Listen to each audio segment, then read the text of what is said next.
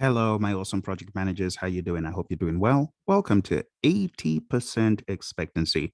Now, the whole idea about this is if your exam is coming up in the next week or few days, I expect an 80%. It's fair. These are very simple questions.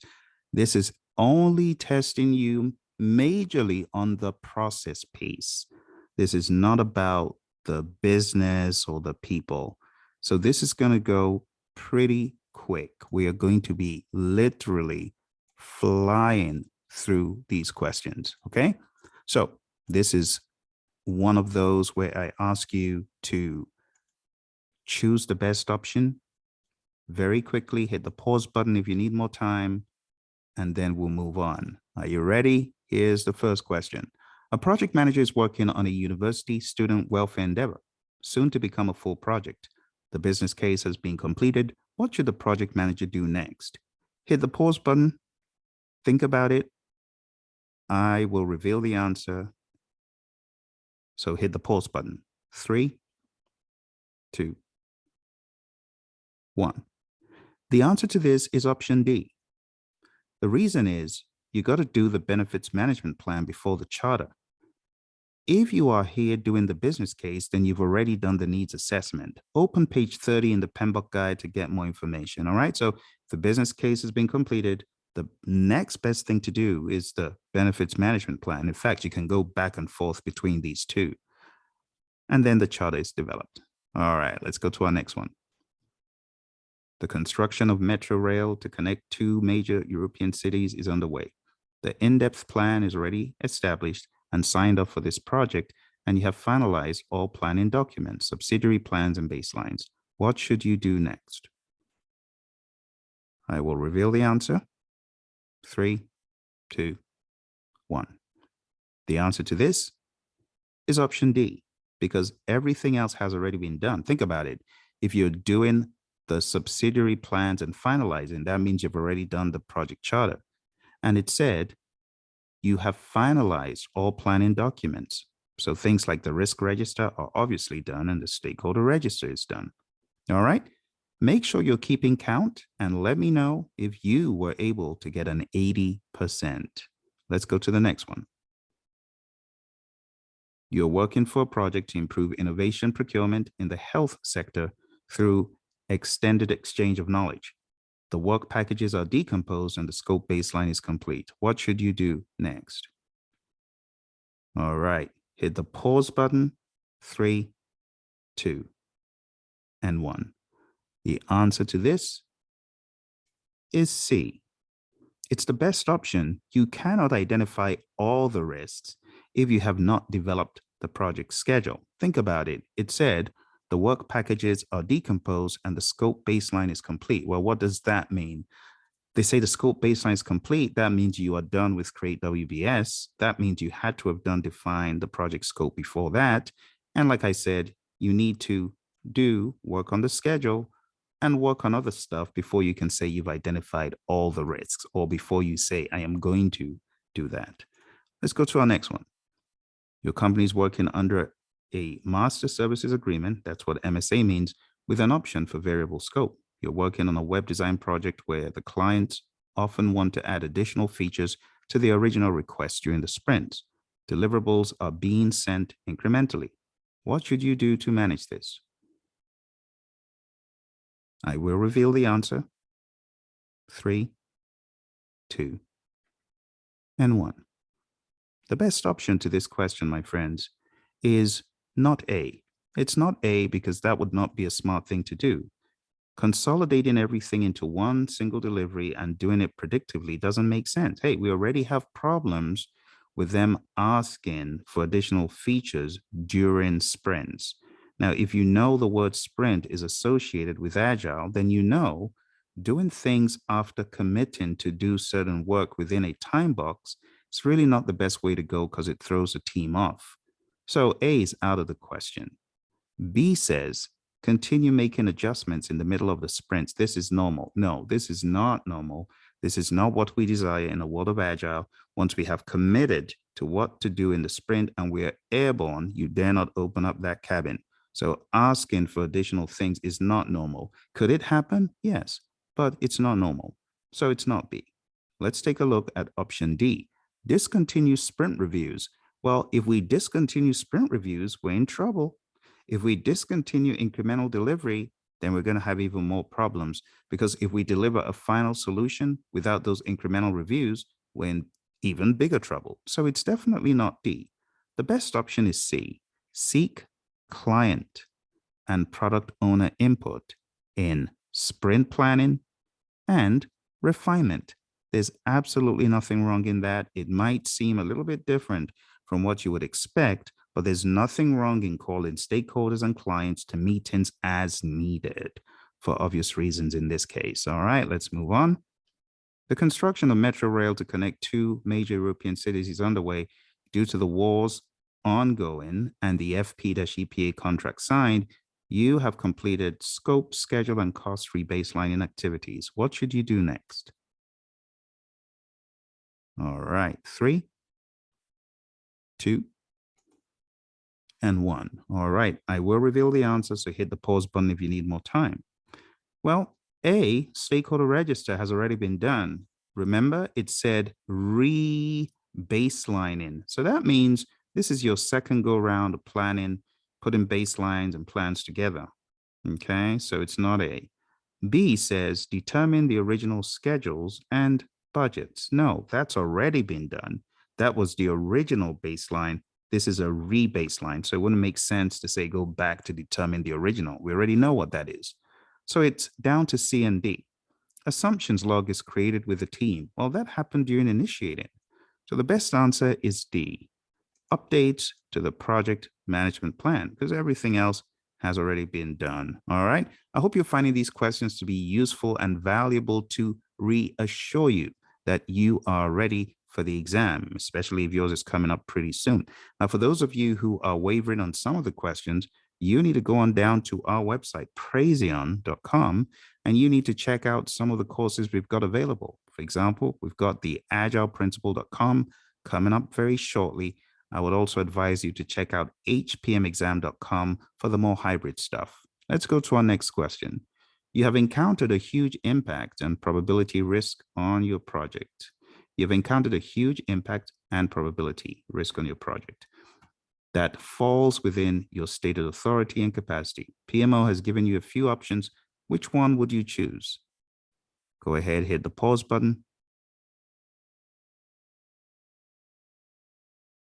All right, 3, 2, and 1. Now, taking a look at this, huge impact and probability risk.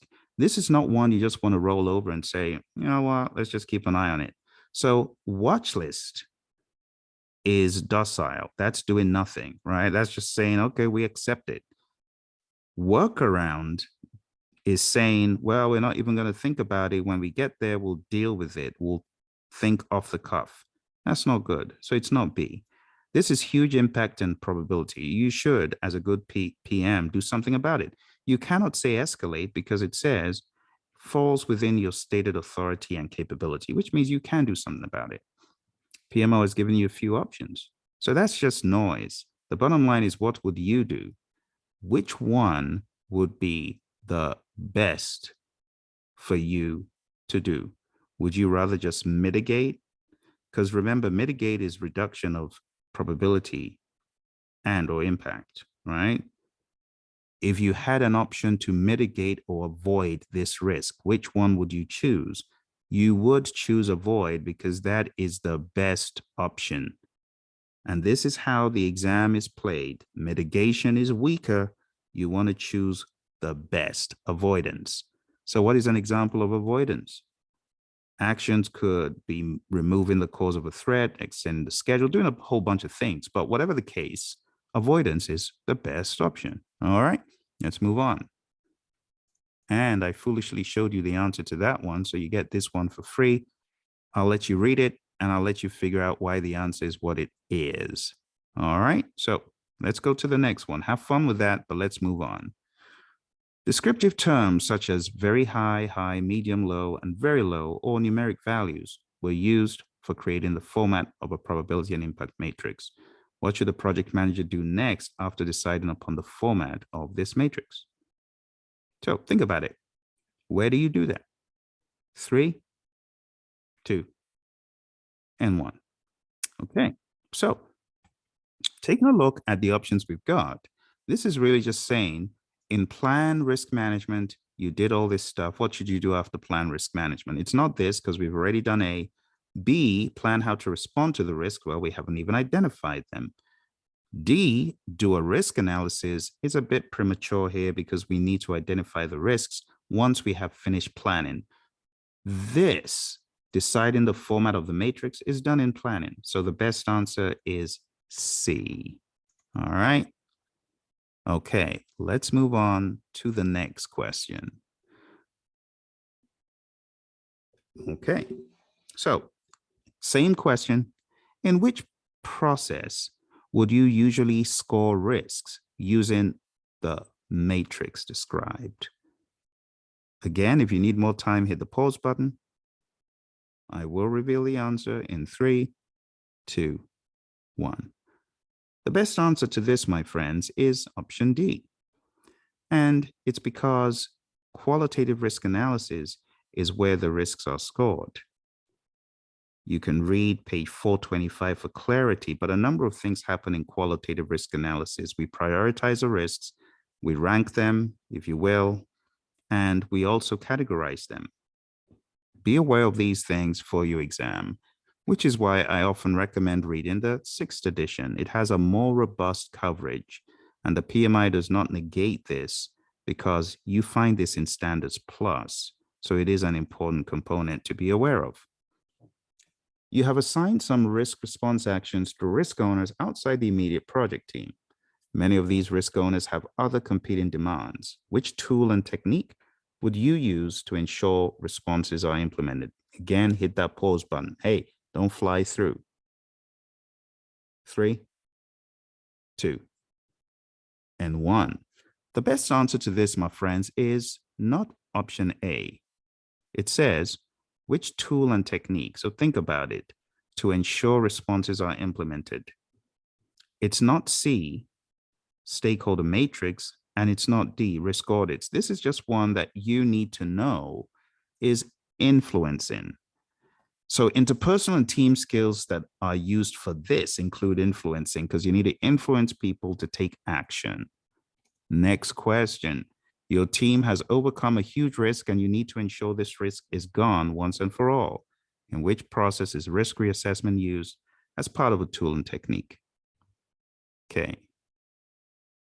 3, 2, and 1. Hit that pause button. Give it some thought, my friends. The answer to this question is not A. We don't do a risk reassessment there. We're just analyzing the risks at that point, and we don't do it in C. This is where we're planning. Reserve analysis is not what we use to reassess the risks. We use risk reassessment. It said process. So reserve analysis is not even a process. It's a tool and technique, which we don't use to do what we're doing.